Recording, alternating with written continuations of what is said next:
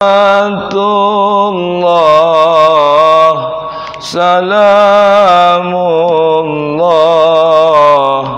ala Yasin Habibillah. Monggo Salamullah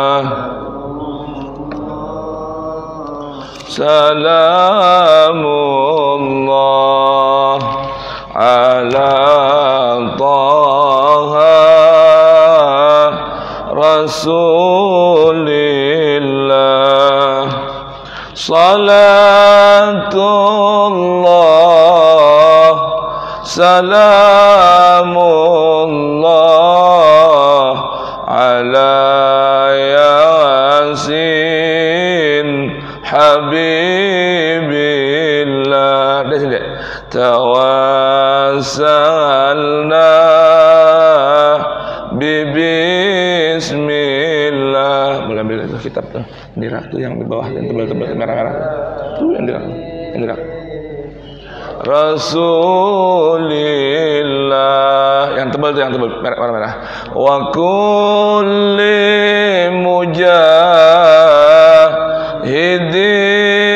lillah bi ahlil badri ya Allah.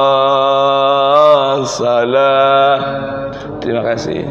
Allah salamullah ala Taha Rasulillah. Salatullah Salamullah ala Yasin Habibillah. Ilahi sallimil ummah minal afati wan niqmah wa min hammin wa min ghummah bi ahlil badri ya Allah. Ya salam.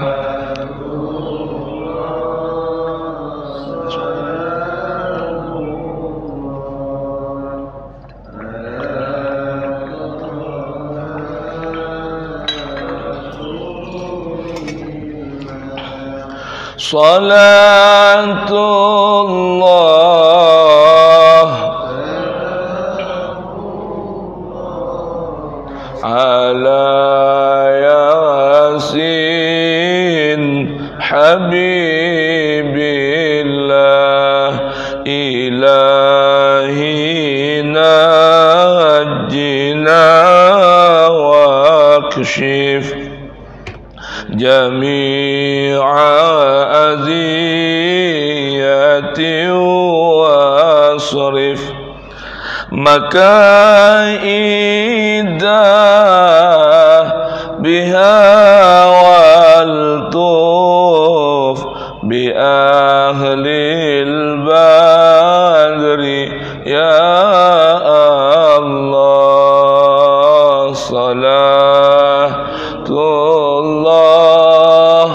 Salamullah ala Taha Rasulillah. Salatullah Salamullah ala Yasin Habibillah. Allahumma salli wa sallim wa barik alaihi wa ala alihi. Silakan dibuka Al-Qur'annya halaman 152.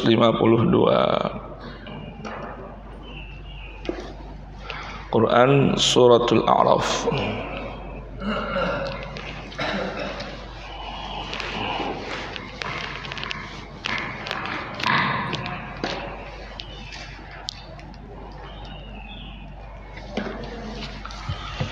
Allah Karim.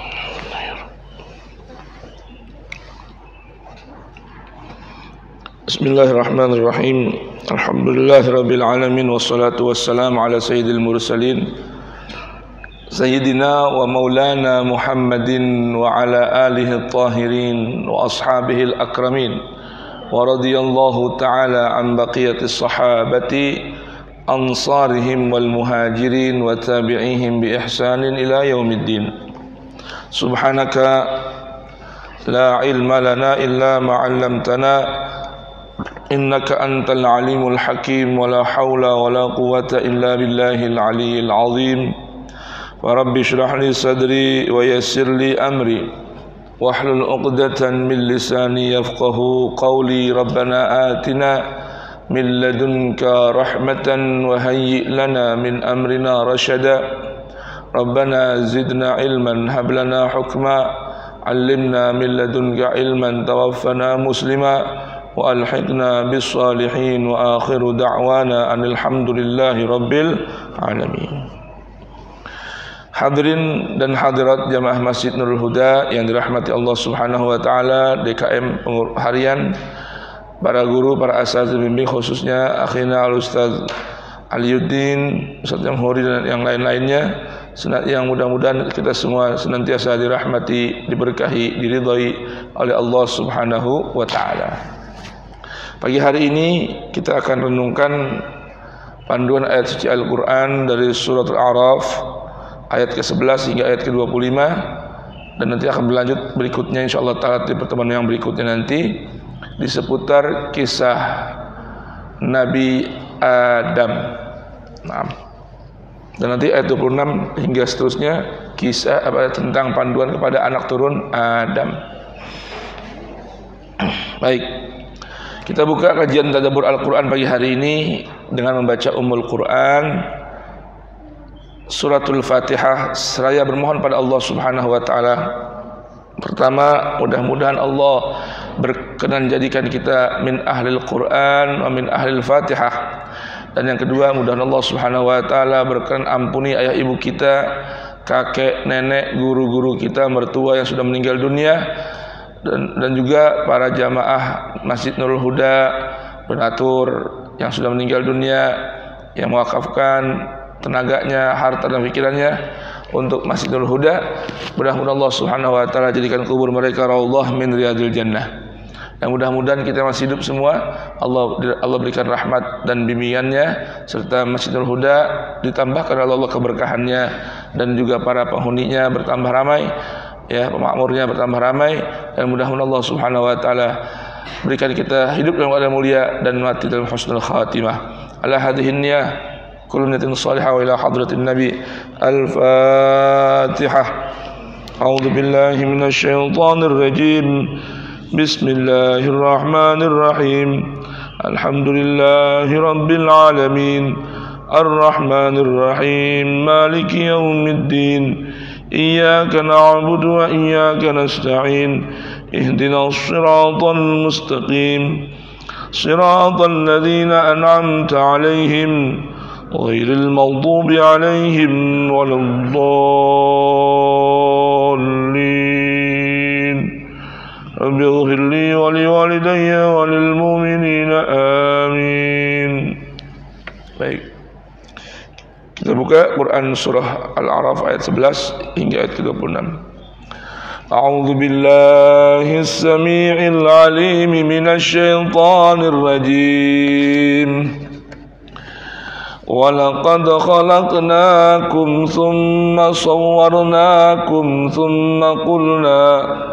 ثُمَّ قُلْنَا لِلْمَلَائِكَةِ اسْجُدُوا لِآدَمَ فَسَجَدُوا إِلَّا إِبْلِيسَ لَمْ يَكُنْ مِنَ السَّاجِدِينَ قال ما منعك ألا تسجد إذ أمرتك قال أنا خير منه خلقتني من نار وخلقته من طين قال فاهبط منها فما يكون لك أن تتكبر فيها فاخرج إنك من الصاغرين قال أنظرني إلى يوم يبعثون قال إنك من المنظرين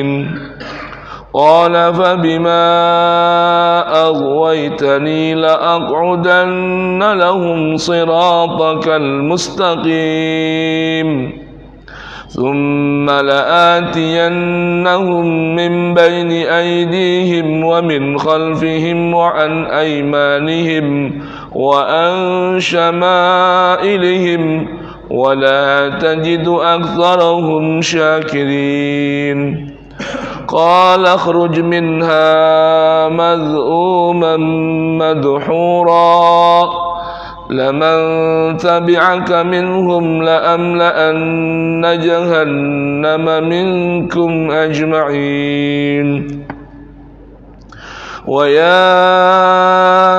آدم اسكن أنت وزوجك الجنة فكلا من حيث شئتما ولا تقربا هذه الشجرة فتكونا من الظالمين فوسوس لهما الشيطان ليبدي لهما ما وري عنهما من سوآتهما وقال ما نهاكما ربكما عن هذه الشجرة إلا أن تكونا ملكين أو تكونا من الخالدين وقاسمهما إني لكما لمن الناصحين فدلاهما بغرور فلما ذاقا الشجرة بدت لهما سوآتهما وطفقا يخصفان عليهما من ورق الجنة وناداهما ربهما ألم أنهكما من عن تلكما الشجرة وأقل لكما إن الشيطان لكما عدو مبين قالا ربنا ظلمنا أنفسنا وإن لم تغفر لنا وترحمنا لنكونن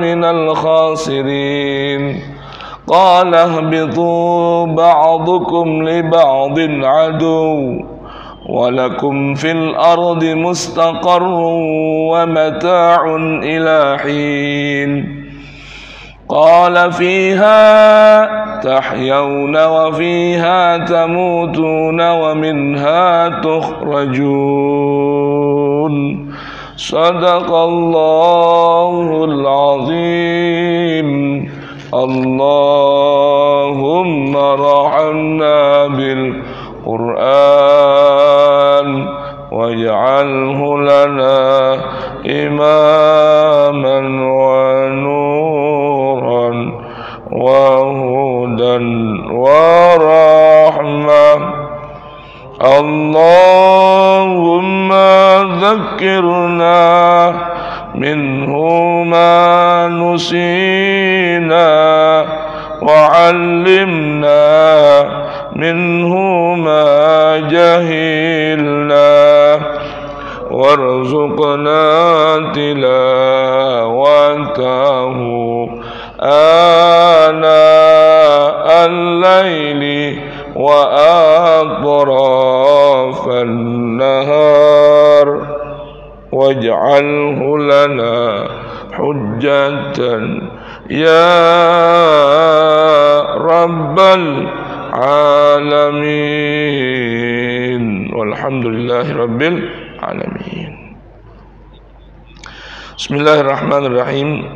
Alhamdulillahi rabbil alamin. Wa sallallahu wasallam ala sayyidina Muhammadin wa alihi tahirin wa ashabil muhtadin wa tabi'ina lahum bi ihsanin ila yaumiddin. Amma ba'du, Rabbana atina min ladunka rahmatan wa hayyi lana min amrina rasyada. Jamaah hadirin hadirat sekalian yang dirahmati Allah Subhanahu wa taala, dalam Al-Qur'an kisah tentang seputar Adam dan lawannya yaitu iblis dalam Al-Qur'an terdapat secara lengkap, ya. Terpanjang itu ada pada 2 surah. Al-A'raf ayat 11 hingga 25, kemudian surat Toha 115 hingga 127, dan yang agak panjang sedikit Quran surat Al-Baqarah ayat 34 hingga 39. Nah, ada yang pendek-pendek diantaranya, kita juga ada dalam Quran surah Al-Hijr, ya, juga terdapat dalam Quran surah Isra dan juga Quran surah Al-Kahfi. Jadi lebih kurang pada 6 surah dalam Al-Quran kisah tentang Nabi Adam. Nah, kita akan pilih membaca dan merenungkan kisah Nabi Adam yang terdapat pada Quran suratul A'raf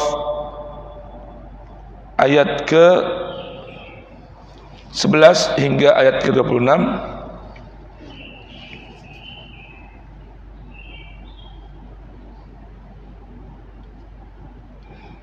Al-Hijr itu ayat 26 hingga ayat ke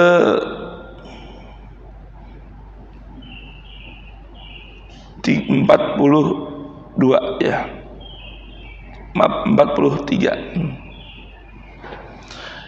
Baik. Nah, mari kita renungkan ayat Quran surah Al-A'raf ini, ayat yang ke-11 hingga 25. Mudah-mudahan waktunya diberkahi cukup oleh Allah Subhanahu wa taala.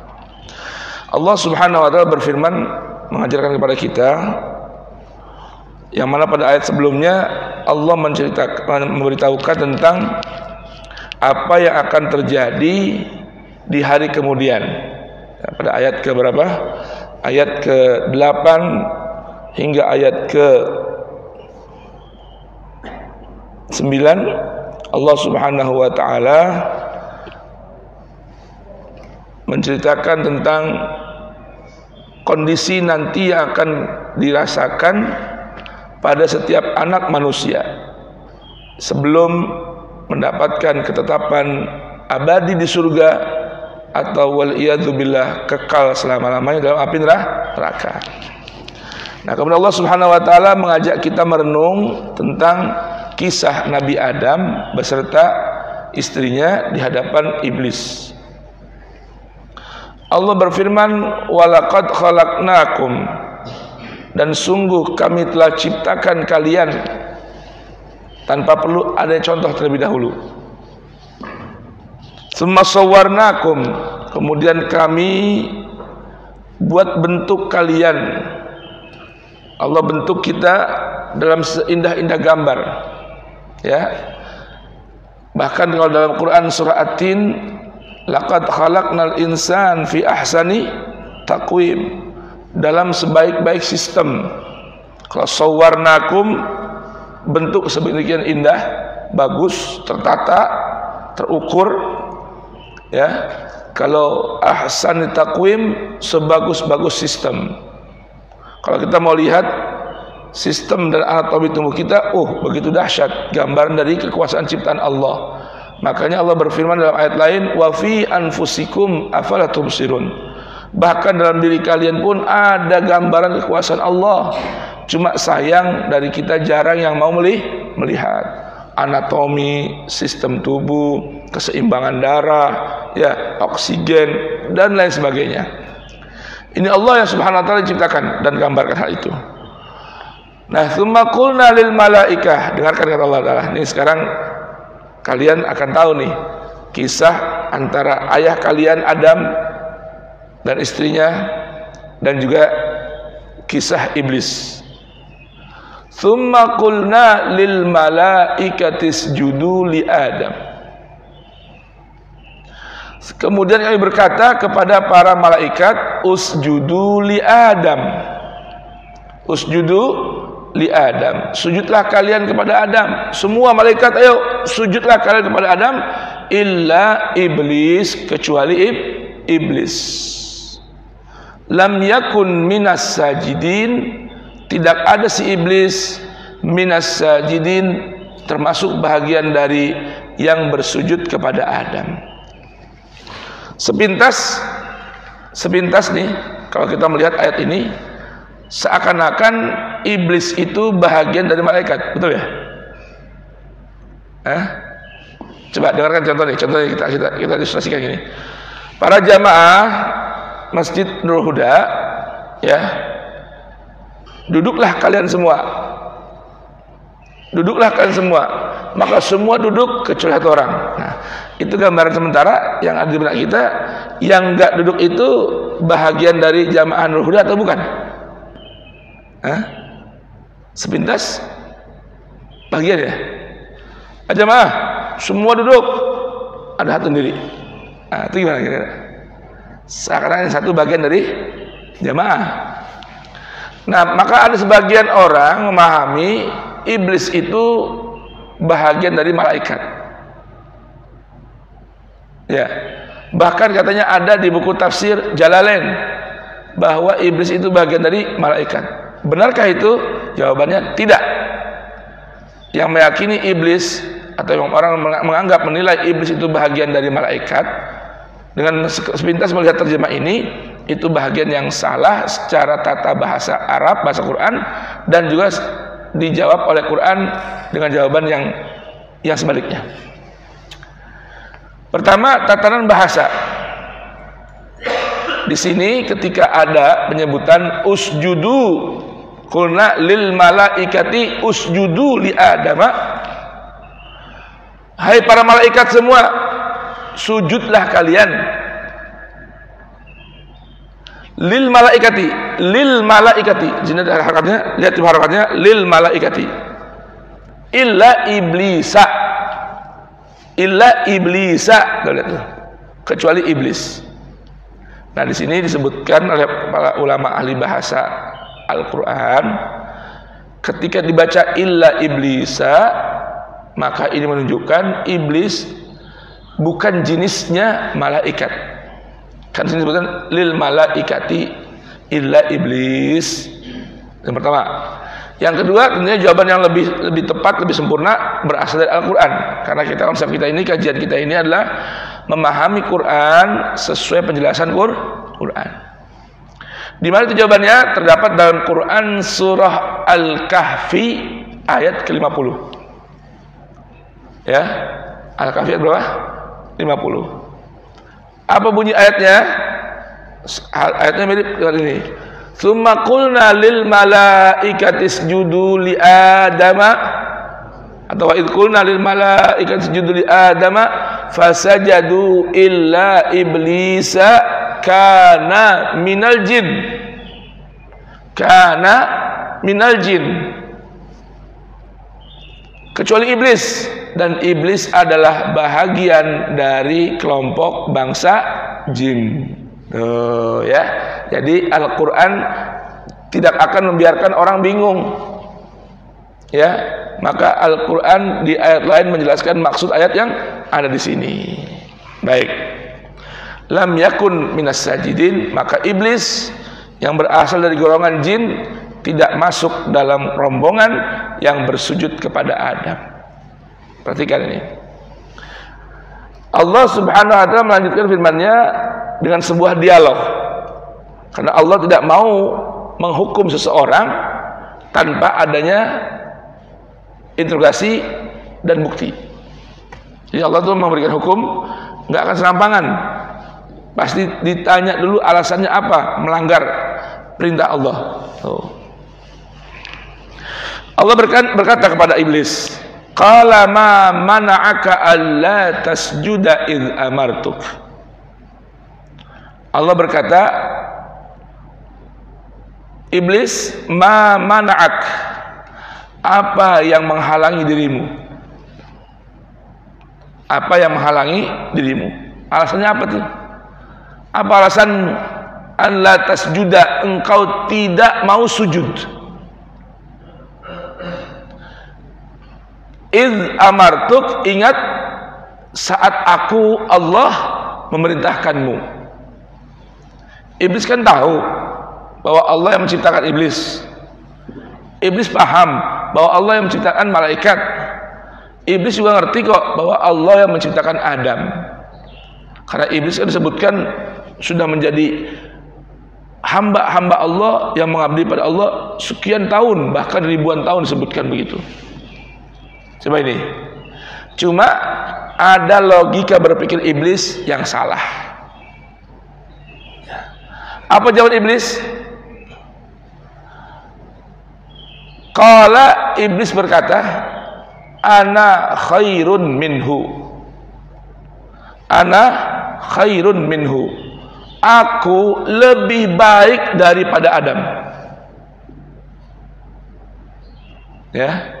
Kalau dalam redaksi Quran surah Al-Baqarah di ayat ke berapa itu? 34 hingga ke 38, 39 ada redaksi seperti ini. Aba wastakbara. Aba wastakbara. Iblis menentang, enggak mau sujud, bahkan nyombongin diri. Nah, nyombonginnya ini nih, redaksinya nih. Redaksi iblis menyombongin dirinya bagaimana? Ana khair minhu. Aku lebih baik daripada Adam. Ajib. Apa yang jadi dasar logikanya? Khalaqtani min narin wa khalaqtahu min tin. Ini logika nih, logika. Cuma sayang logikanya salah. Ana khairun minhu. Aku lebih baik dari Adam. Khalaqtani min nar, kau ciptakan aku dari api, wa khalaqtahu min tin.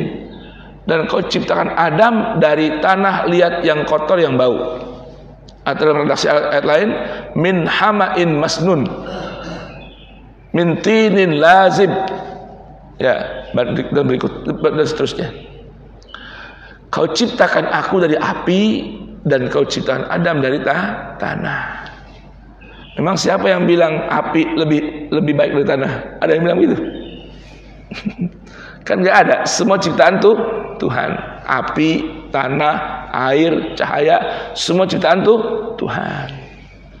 Sekiranya pun iblis mau berpikir bahwa memang api lebih baik dari tanah, tapi kan dia menyatakan khalaqtani wa khalaqtahu, kau ciptakan aku dan kau ciptakan Adam. Berarti dia meyakini bahwa Allah adalah sang khaliq, Allah adalah sang pencipta. Sepatutnya apapun hasil ciptaannya, karena dia meyakini bahwa dia Allah penciptanya, semestinya dia ikut aja dengan perintahnya sang pencipta. Cuma sayang ada kesombongan yang merusak itu semua. Ini bahayanya nih, ya. Baik, maka akibat dari itu iblis mendapatkan sanksi.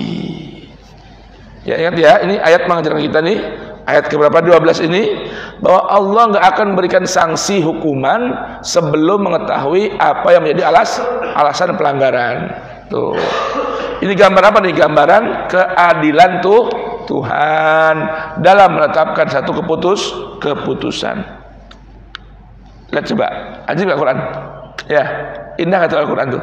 Gambaran sebuah dialog memberikan kita pelajaran tentang bagaimana menetapkan satu ketetapan hukum, menjustifikasi harus dengan alasan dan bukti. Allah murka, Allah marah, sudah melanggar,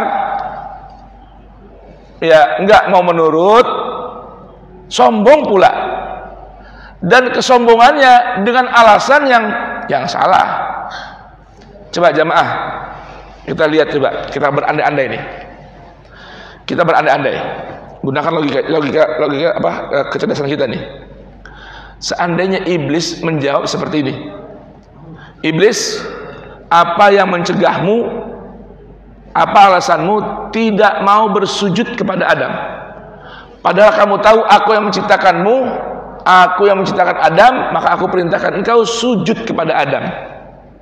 Sekiranya iblis menjawabnya seperti ini, Tuhan, apa salah saya Tuhan? Bukankah engkau memerintahkan para malaikat untuk bersujud? Dan aku bukan bahagian dari malaikat. Lalu apa salahku ketika aku tidak bersujud? Kira-kira Allah marah gak? Hah? Jemaah, Assalamualaikum. Hah? Kira-kira Allah marah gak begitu? Enggak. Karena jawabannya masuk akal. Enggak. Malaikat semua sujud. Iblis nggak sujud. Kenapa? Iblis merasa yang diperintahkan sujud adalah malaikat. Ngerti nggak? Contohnya, Jamaah Nurul Huda, ya, Gus Ali bilang, Jamaah Nurul Huda nanti jam 7 sarapan bersama. Lalu saya nggak sarapan sendiri. Gus Ali tanya, antum kenapa nggak sarapan? Kan saya Jamaah Nurul Yakin, bukan Jamaah Nurul Huda. Kira-kira beliau layak nggak marah sama saya? Nggak patut kan marah? Kenapa? Karena saya bukan bagian dari itu. Karena dia tahu fasajadul malaika, mereka semua sujud kecuali iblis. Iblis bukan dari golongan malaikat. Seharusnya cukup jawab seperti itu aja. Cuma ini sebuah ujian dari Allah Subhanahu wa taala kepada iblis, dan iblis tidak lulus dalam ujian. Ketika ditanya apa alasan tidak bersujud, dia mengatakan sebuah alasan yang menggambarkan kesombongan. Akhirnya kena hukuman. Tuh. Ya, baik. Makanya di antara ciri orang mukmin, orang beriman itu dalam Al-Qur'an suratul Ahzab ayat 36, Allah memberikan sebuah gambaran ciri orang mukmin sejati. Nih, kita nih bisa dianggap oleh Allah dinilai sebagai seorang mukmin yang sejati kapan?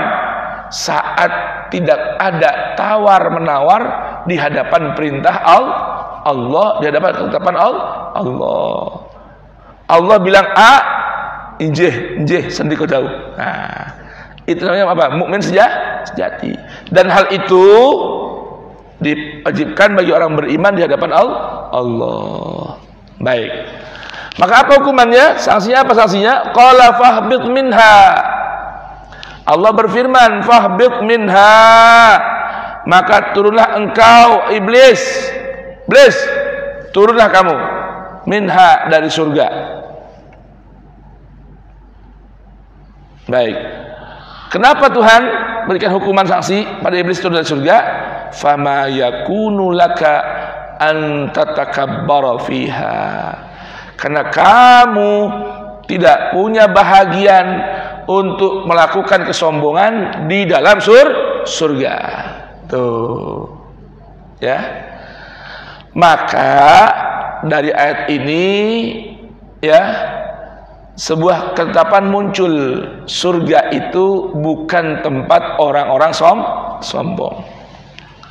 Dari situ keluar sebuah redaksi ungkapan melalui ucapan baginda Rasul, ya, ungkapan hadis, la yadkhul jannata man kana fi qalbihi mithqalu habbatin minal kibir. Enggak boleh masuk surga, kata Nabi. Enggak mungkin masuk dalam surga seseorang yang mana di hatinya ada seukuran biji atom, ada seukuran biji sawi dari kesombongan. Na'udzubillah. Apa itu sombong? Ini, ana khairun minhu. Ini sama sombong. Ana khairun minhu. Saya lebih baik dari dia. Itu sombong. Itu apa? Sombong. Ada orang bilang di hatinya ketemu orang lain, sekalipun tampilan orang itu memang benar-benar ya menampakkan kehinaan, kerendahan, lalu dia berkata ana khairun minhu, saya lebih baik dari dia penampilannya. Ana khairun minhu, saya lebih baik dari dia perbuatannya. Ana khairun minhu, saya lebih baik dari dia segalanya. Maka itulah namanya kesombongan, dan itu yang disebut dengan ideologi diabolisme. Ideologi diabolisme. Ya, artinya apa? Pemahaman atau pola pikir iblis. Apa itu isinya? Bermuara pada dua kata, tiga kata. Ana khairun minhu. Saya lebih baik dari dia. Tuh, itu namanya apa? Pola pikir atau ideologi diabolisme. Diabolis. Boleh paham jemaah? Assalamualaikum. Assalamualaikum. Sehat semua, Pak Asin sehat. Ada sarapan apa hari ini? Sarapan apa? Baik. Fakhruj innaka minas saghirin. Hai iblis, keluarlah kamu dari surga. Dan kamu itu bahagian dari orang-orang yang kecil. Jadi orang sombong itu bukan berarti tambah besar, bukan. Orang yang nyombong diri itu nilainya tambah kecil. Oh, ya. Nauzubillahi min dzalik. Perhatikan. Di sini ada pelajaran berikut nih. Nanti intisarinya apa? Jangan pernah pesimis. Jangan pernah pesimis, apalagi sampai sebuah keyakinan bahwa Tuhan nggak akan mengijabah doa kita. Ada orang doakan, aduh takut saya doa macam-macam udah nggak pernah dikabulkan sama Tuhan, akhirnya malas berdoa. Awas, di sini ada sebuah pesan nih ayat ini, ya. Apa itu? Iblis saja punya permintaan Allah penuhi, padahal dia baru mendapatkan sanksi, dikeluarkan, diusir dari tempat yang paling terbaik yaitu surga, tapi ketika punya permintaan Allah masih penuhi. Perhatikan ini. Qala anzirni ila yaumi yub'atsun. Iblis berkata, Tuhan, berikan aku jeda waktu sampai hari kebangkitan. Ya. Perhatikan nih, niat ini Allah berikan sebuah cerita gambaran. Yang kedua adalah apa? Pertama, permintaan yang dipenuhi. Nanti jawabannya ayat berikutnya. Yang kedua, iblis itu masih meyakini adanya hari kebangkitan. Bawa jawab nih. Ya. Meyakini adanya hari kebangkitan bagian dari iman bukan? Meyakini adanya hari kebangkitan bahagian dari iman bukan? Iman. Berarti iblis masih punya iman nggak? Masih punya. Cuma lihat nih pribadinya, ya, kemudian pengabdiannya dan keyakinannya, karena kesombongan jadi rusak semua. Karena apa? Kesombongan. Ya. Anzirni ila yaumi yub'atsun. Tuhan, berikan aku kesempatan jeda waktu sampai hari kebangkitan. Allah jawab, qala innaka minal munzarin. Sungguh dirimu orang yang bagian dari yang diberikan waktu jeda atau tunggu. Lihat, iblis meminta, Allah menjawab. Kalau kenapa kita nggak punya keyakinan bahwa Allah akan memenuhi segala doa dan permohonan kita? Belajar dari ayat ini ya. Iblis aja yang sudah mendapatkan hukuman, sanksi, bahkan kutukan, masih meminta dan masih dijawab permintaannya oleh Allah. Maka orang beriman jangan ada yang pernah pesimis, apalagi putus asa bahwa doa tidak diijabah. Baik. Sekarang apa nih sumpahnya iblis? Qala fa bima aghwaytani.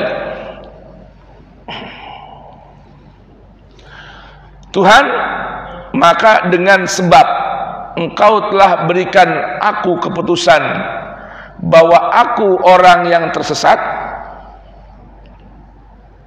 la aqudanna lahum, maka pasti aku akan halangi mereka, Adam dan keturunannya. Iblis akan halangi dari apa? Dari satu perkara, siratakal mustaqim, jalanmu yang lurus.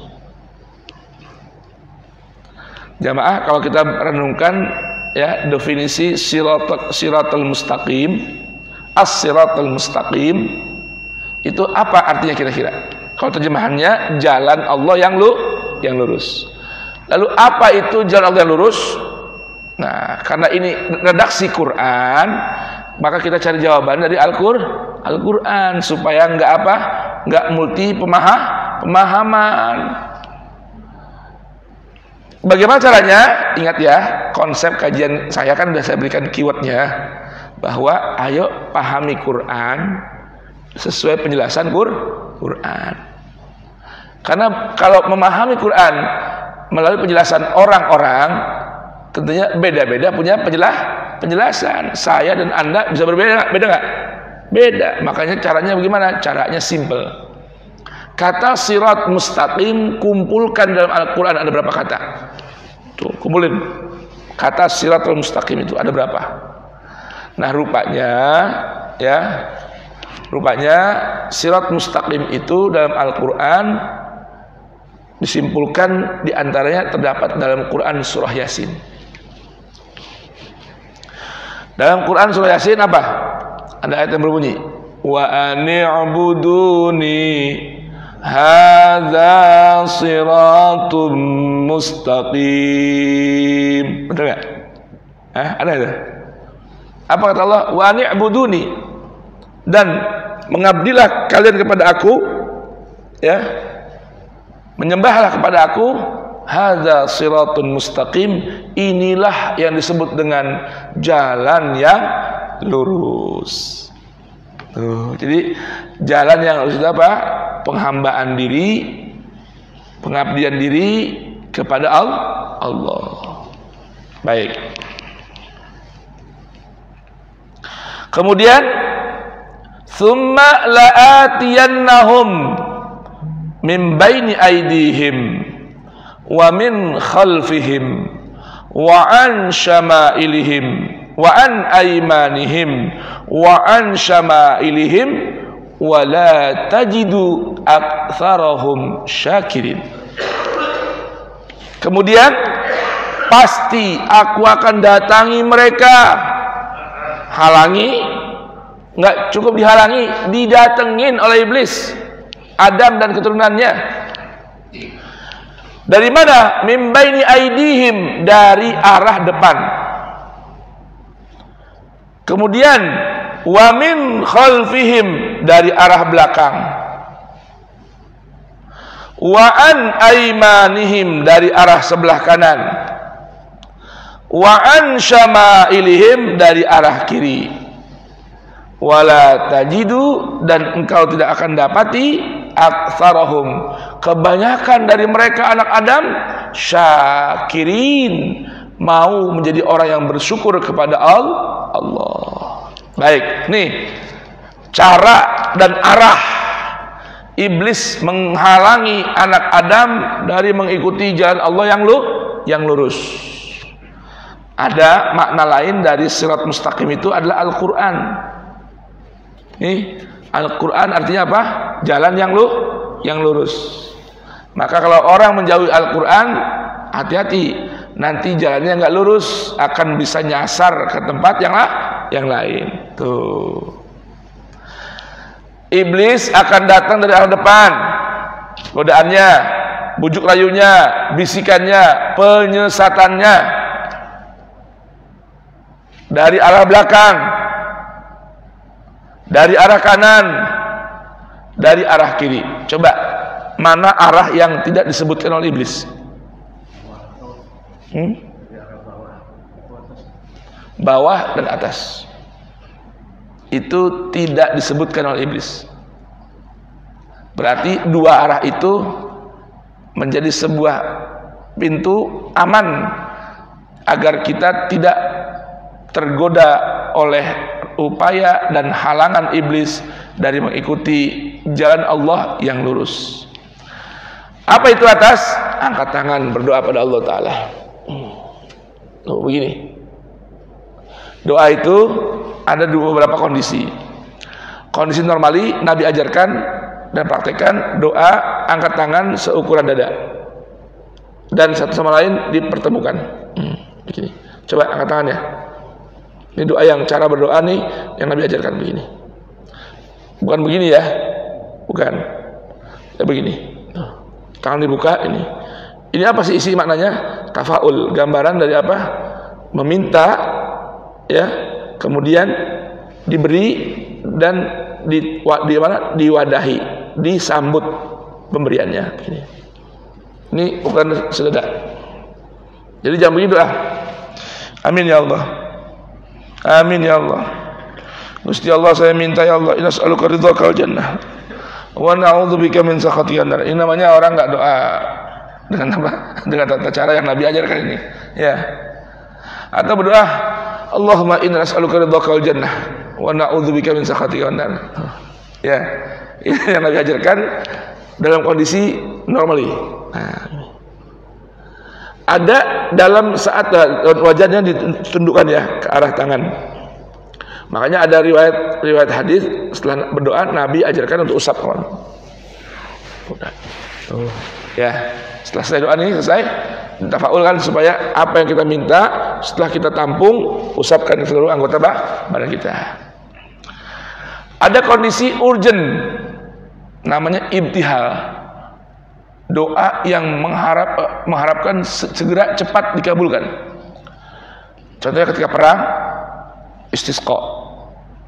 Nabi berdoa dengan mengangkat tangannya melebihi kepala, mengarahkan, menadahkan ya wajahnya ke arah langit, bahkan tangannya diangkat melebihi kepalanya sehingga tampak putihnya ketiak bagi Nabi Muhammad SAW. Kapan itu? Ketika istisqa ataupun doa sungguh-sungguh, doa sambil mengharapkan minta kesungguhan segera diselesaikan urusannya, atau sumpah agar apa namanya doanya segera diijabah. Gini. Nah ini tangannya ke atas setinggi lebih dari kepala, wajahnya diarahkan ke arah langit. Ini namanya doa yang minta sungguh-sungguh. Misalnya lama nggak hujan, ya Allah Gusti turunkan hujan dari langitmu ya Rabb, kami kepanasan ya Rabb, sumur kering ya Rabb, binatang mati ya Rabb. Nah itu gitu. Ini gambaran doa namanya ibtihal. Ya. Nah ada uniknya, ada satu kondisi yang gambaran normali, tapi Nabi ajarkan doa seperti ini. Kapan? Ketika selesai berwudu. Ya, berwudu itu selesai wudu kan diajarkan doa. Ya, baca syahadat dan doa. Itu Nabi contohkan juga sama seperti ketika ibtihal. Tapi wudu basuh kaki apa semua? Asyhadu an la ilaha illallah wahdahu la syarikalah wa asyhadu anna Muhammadan abduhu wa rasuluh. Allahumma ij'alni minat tawwabin waj'alni minal mutatahhirin waj'alni min ibadikas shalihin. Nah, itu. Ya, begitu. Baik. Arah atas. Terbuka nih. Setan enggak bisa masuk situ, iblis. Nggak bisa ganggu dan halangi. Maka kalau orang ingin aman dari banyak godaan iblis, ya, berdoalah ke arah atas. Ya, begini boleh nggak? Boleh. Cuma dalam Sunan Abu Daud Nabi ajarkan begini karena ada tujuannya. Begini boleh. Yang penting jangan begini. Allah, amin ya Allah. Kira-kira kalau kita minta uang sama orang tua, kalau suami pengen punya permintaan pada istri, kira-kira minta gimana katanya? Pak deh, Pak, apa? Aku jual duit, Pak. Anak perlu, Pak. Ini gimana kira-kira? Hah? Dikasih nggak? Kan nggak dong, Pak. Nah ini kan, minta dong. Nah kan gitu ya. Diangkat tangannya dong. Jangan begini. Atau minta begini ya? Aku minta uang dong. Aku lagi susah nih. Gimana kira-kira? Dibantu nggak? Hah? Aku lagi susah, mau berobat, minta uang. Dikasih nggak kira-kira? Hah? Nah, bukan dikasih malah. Wes mampus tuh ya, mampus aja gue, mampus gitu kan. Nggak mungkin lah begitu. Ya, ini gambarannya. Yang kedua, arah bawah. Apa itu? Letakkan kita punya kening. Ini kening jamaah sekalian. Ini filosofi atau pesan dari sujud itu apa sih? Sujud itu ada dua posisi yang itu menjadi gambaran rendahnya manusia. Yang pertama, wajah ini bahagian yang paling penting dalam tubuh, organ tubuh kita. Ya, tempat menghadap dan dihadapkan, tempat melihat dan menerima penilaian orang lain, wajah kita.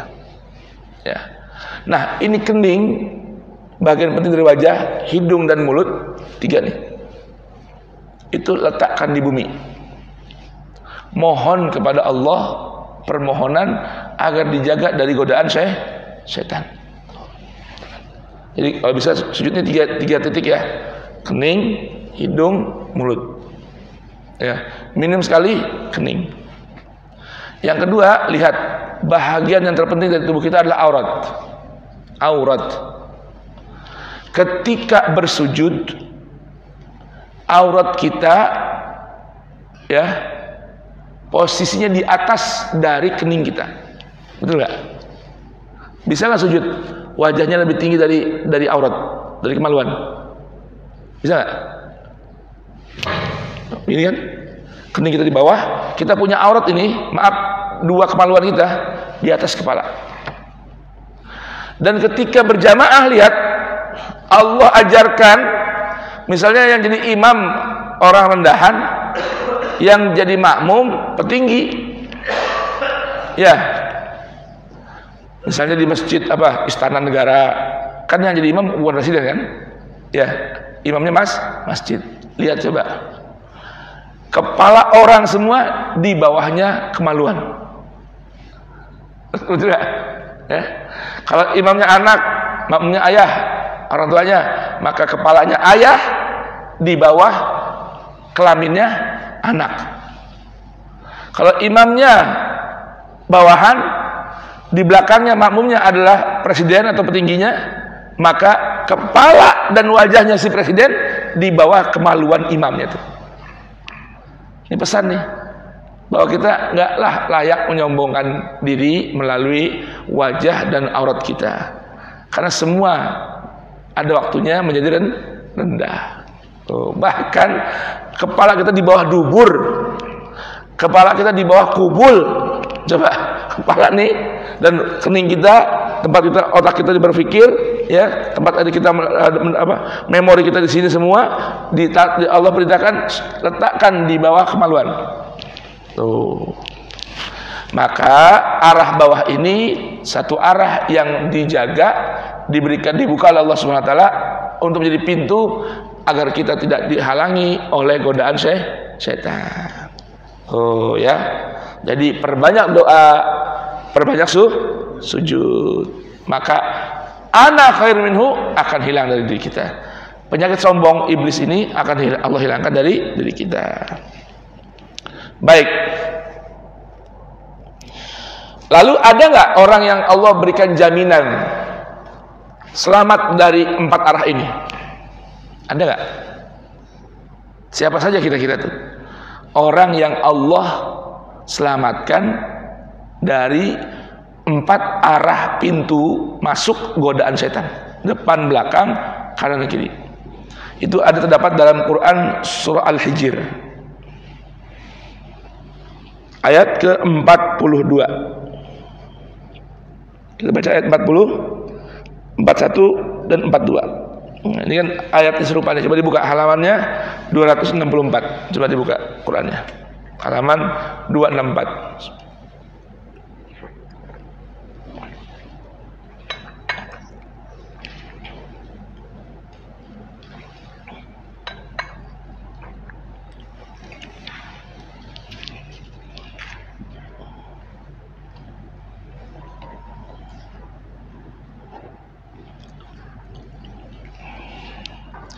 Sudah ketemu, Pak? Atau situ 265? Di situ 264 apa 265? Ayat ke-40. 1. Ya, 40. Ya, beda dikit ya halamannya ya. Baik. Ya, kita baca dari ayat berapa nih? Ayat ke, itu siap terjemah ya. Ayat ke 39 hingga ayat ke 42 kita baca. Allah berfirman,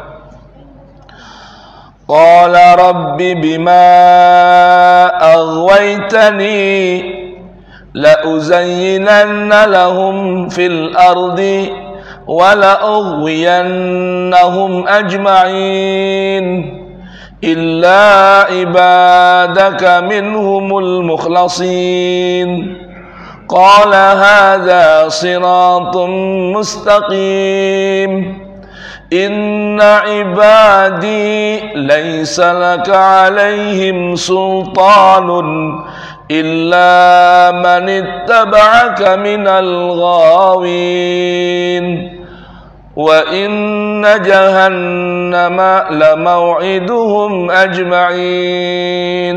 Baca dari ayat 39 hingga 42 ya. Ia berkata, Tuhanku, oleh karena Engkau telah memutuskan bahwa aku sesat, aku pasti akan jadikan kejahatan terasa indah bagi mereka di bumi, dan aku akan menyesatkan mereka semuanya, kecuali hamba-hamba-Mu yang terdiri di antara mereka. Dialah Allah berfirman, ini adalah jalan yang lurus menuju kepadaku. Sesungguhnya kamu iblis tidak kuasa atas hamba-hamba-Ku, kecuali mereka yang mengikutimu, yaitu orang yang sesat. Dan sungguh Jahanam itu benar-benar tempat yang telah dijadikan untuk mereka mengerjakan semuanya. Ya, perhatikan ya. Di situ Allah Subhanahu wa taala beritahukan kepada kita bahwa iblis bersumpah bahwa akan menyesatkan hamba-hamba Allah dengan memberikan, menghiasi bermacam hal yang buruk dengan tampilan yang indah. Tuh. Dan iblis bersumpah akan menyesatkan kita anak turun Adam. Maka Allah katakan, inna ibadi laisa laka alaihim sultanun illa manittabaka minal ghawin. Maka ada yang Allah berikan jaminan, ya, bahwa mereka tidak akan tergoda oleh iblis. Siapa itu? Disebut dengan ibadi, hamba-hamba pilihan Allah yang tidak mau mengikuti jalannya iblis. Apa yang diikuti? Siratun mustaqim. Hada siratun mustaqim. Orang yang mau mengikuti Al-Quran, yang merupakan aturan Allah yang begitu lurus, dijamin oleh Allah tidak akan tergoda, tidak akan terkena godaan iblis. Jadi kalau kata kunci apa? Kalau mau selamat dari godaan iblis, ringkasannya nih, ikuti jalannya Allah yang Allah sudah narasikan dan tetapkan dalam Al-Quran. Atau bahasa lainnya, ya kalau mau selamat dari iblis, rajinlah membaca, ya, mempelajari dan menghayati, juga mengamalkan Al-Quran. Itu intinya. Baik. Terakhir kembali kepada Quran surah Al-A'raf, ya, tutup dulu di ayat ini, ayat 18. Qala khruj minha mad'uman madhura. Iblis, kata Allah Ta'ala, keluarlah engkau, keluar dari surga, mad'uman, dalam keadaan terhina, madhura, terusir. Dan Allah bersumpah, laman tabi'aka minhum, pasti orang yang mau ngikutin kamu iblis, la'amla'anna jahannama minkum ajma'in, pasti aku akan penuhi neraka jahanam dari golongan kalian iblis dan orang-orang yang mau mengikuti iblis. Ayat berikutnya kisah tentang dialog Allah kepada Adam dan istrinya, juga apa yang terjadi dari bisikan godaan rayuan iblis terhadap Adam, sehingga Adam mendapatkan sanksi serupa dengan iblis. Karena Allah bilang kan, laman tabi'aka, orang yang ikuti kamu iblis, aku akan penuhi mereka dan kamu dalam neraka jahanam. Nah, rupanya Adam termasuk bahagian dari orang yang tergoda, ya, untuk mengikuti rayuan iblis. Akhirnya pun mendapatkan hukuman yang pertama. Apa itu hukumannya? Ya, dikeluarkan juga dari surga. Pada kisah yang berikutnya, pada pertemuan yang berikutnya, di waktu yang sama, gelombang yang sama, insyaallah ta'ala. Ketemu lagi bismillah pada kapan? Pada Ahad ketiga bulan September yang akan datang, insyaallah. Lebih kurang tanggal 24